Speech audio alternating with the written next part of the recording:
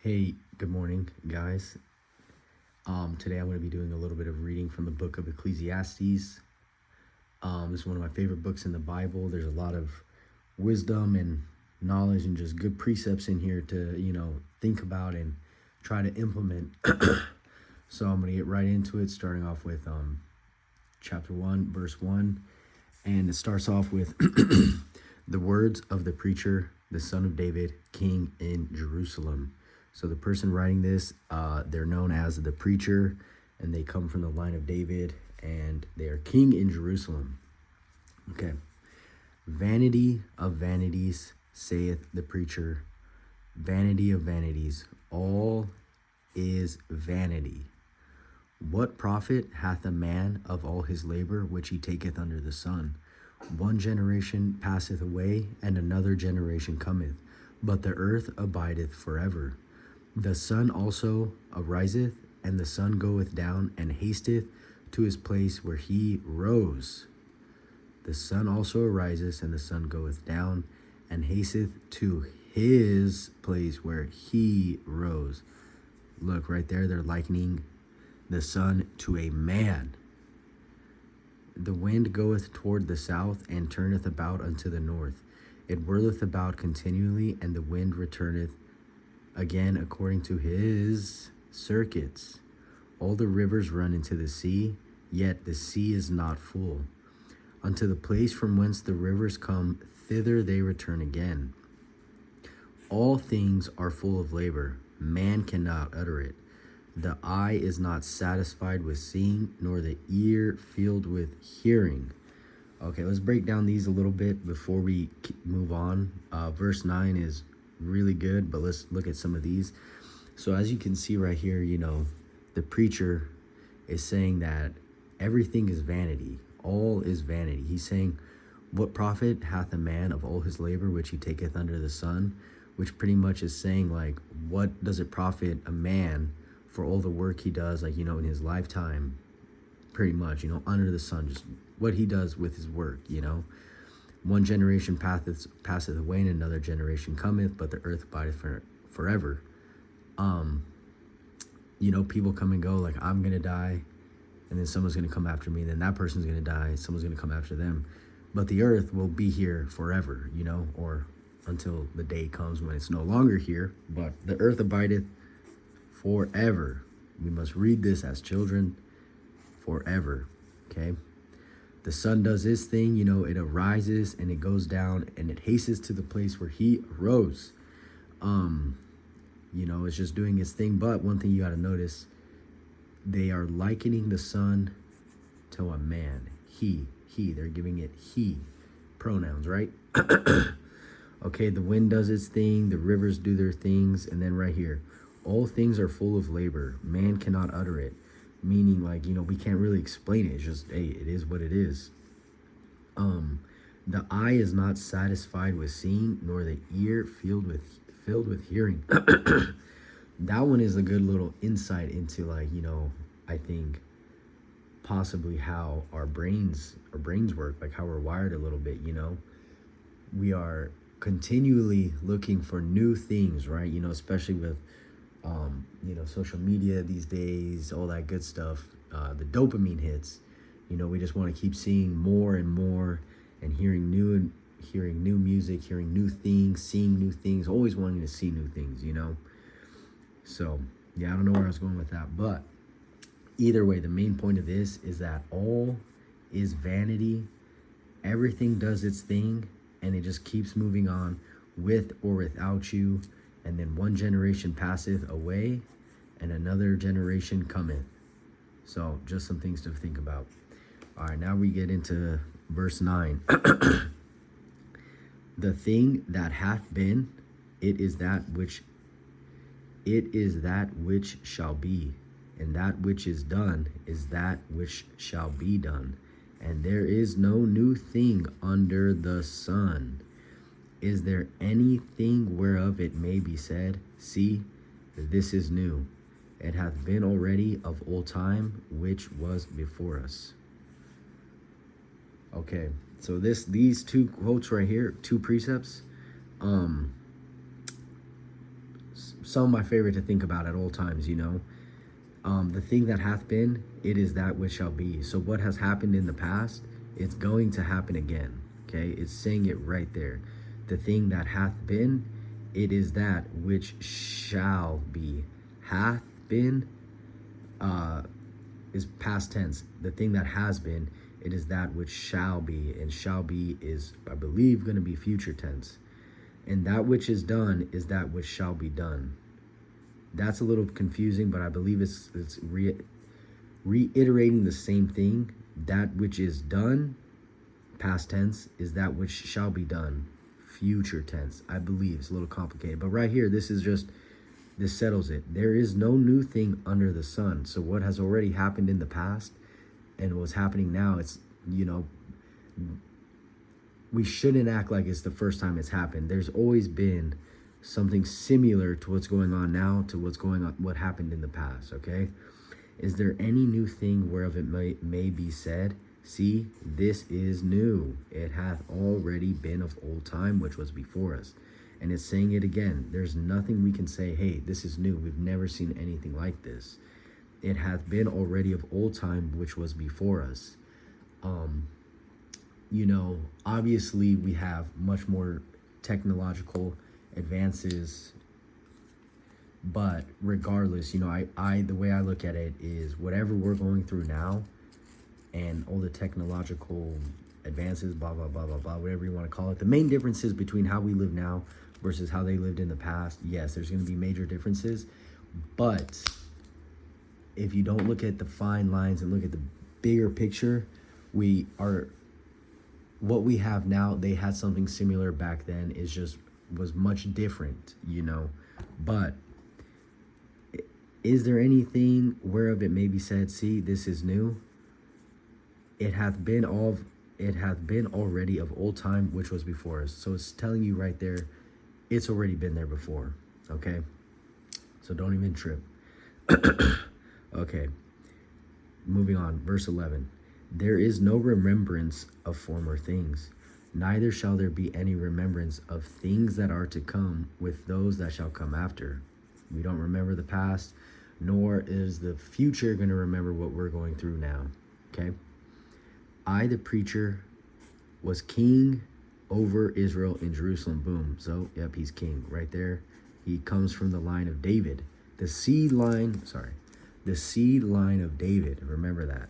Seed line of David. And I gave my heart to seek out and search out by wisdom concerning all things that are done under heaven. This sore travail hath God given to the sons of man to be exercised therewith. That's kind of complicated.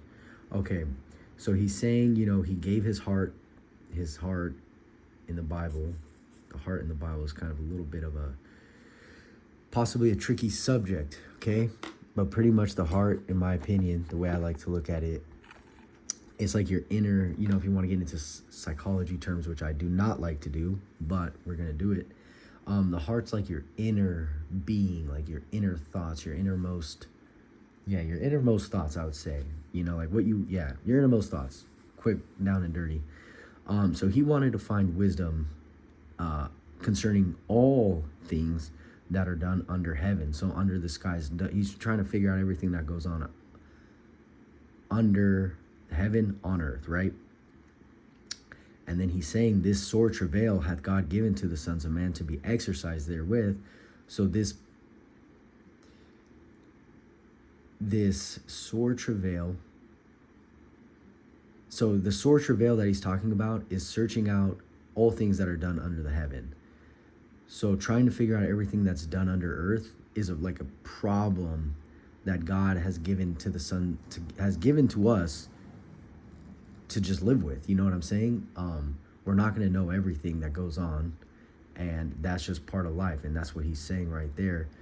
That trying to figure out everything that's done on earth is a sore travail, which is like, you know, painful experience trying to figure all that out, you know. Moving on, verse 14. I have seen all the works that are done under the sun, and behold, all is vanity and vexation of spirit. I have seen all the works that are done under the sun, and behold, all is vanity and vexation of spirit. So everything is vanity, and everything's gonna vex your spirit. And vexation of your spirit is like, it's just gonna bother your spirit. You're never gonna feel 100% good, you know? Like people say, oh, there's memes, okay? They're memes, funny, haha. There's memes, they go, hey, I've been employed and I've been unemployed. Have you ever tried,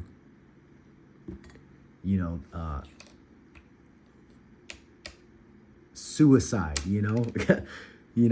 because it's like, fuck, being employed, it doesn't suck, because like, you gotta work, blah, blah, blah.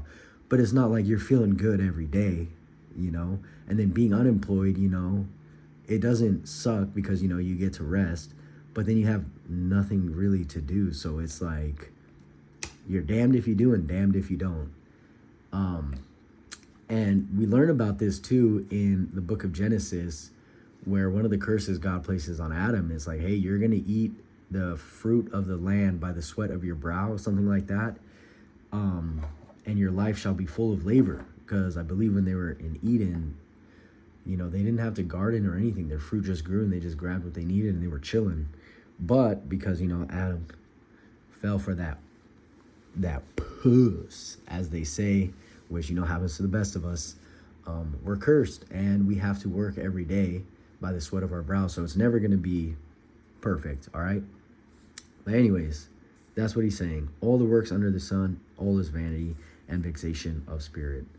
Okay, let's see, moving on. That which is crooked cannot be made straight, and that which is wanting cannot be numbered. I communed with mine own heart, saying, lo, I am come to a great estate, and have gotten more wisdom than all they that have been before me in Jerusalem. Yeah, my heart had great experience of wisdom and knowledge, and I gave my heart to know wisdom and to know madness and folly. I perceived that this also is vexation of spirit. For in much wisdom is much grief, and he that increaseth knowledge increaseth sorrow. Boom. Okay. So these last couple verses of chapter 1, let's look at them. So that which is crooked cannot be made straight. I don't think that takes much explaining to read at, at a child level, but to go in deeper to it, takes someone maybe a little smarter than me, what they're really going on about there. But, sometimes it's good to just take what is said here in any of these books at face value, because we must read it like little children. We must be as children, right? And a child's going to read them that which is crooked cannot be made straight. Okay? And that which is wanting cannot be numbered. That's a good one. That which is wanting cannot be numbered, because everything, maybe not everything, but if you just think about humans, us, we always want things, and that which is wanting cannot be numbered. Okay? So I commune with mine own heart, saying, lo, I am come to a great estate, and have gotten more wisdom than all they that have been before me in Jerusalem. Yeah, my heart had great experience of wisdom and knowledge. So he spoke with himself, and he has came to a great estate. He's a king. He's obviously going to have a lot of stuff, and have gotten more wisdom than all they that have been before me in Jerusalem. So he's smarter than everyone who's came before him in Jerusalem. But I'm pretty sure that the guy who wrote Proverbs, where's Proverbs? I'm pretty sure Proverbs is over here somewhere. I think it's the book. Yeah, Proverbs. Or Solomon. Wisdom of Solomon. Solomon, I'm pretty sure, is one of the wisest guys, right? Yeah, the Proverbs of Solomon, the son of David, king of Israel. See, boom. The preacher, the son of David, king in Jerusalem. Very interesting. Look at that, side by side. Hey, here a little and there a little, for precept upon precept. But either way, this guy was obviously very smart. He has gotten more wisdom than all they that have been before me in Jerusalem. Okay? My heart, his inner self, had great experience of wisdom and knowledge. And he gave his heart to know wisdom and to know madness and folly. So he wanted to, understand more what is wisdom, what is madness, and what is folly, like what would be considered all of these things.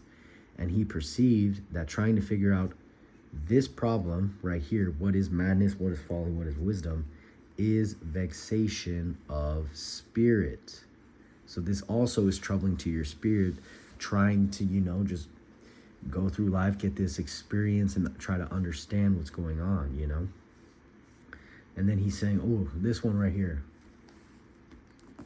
it's hard. For in much wisdom is much grief, and he that increaseth knowledge increaseth sorrow.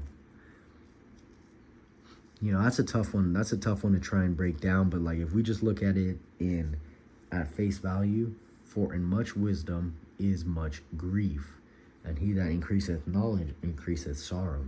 So the more wisdom, the more grief you have, and the more your knowledge increases, the more sorrow you have. But if I was to try to break that down more, what I would say, the reason why is because we know that wisdom, based on my last video and the book of Job 28:28, we know that wisdom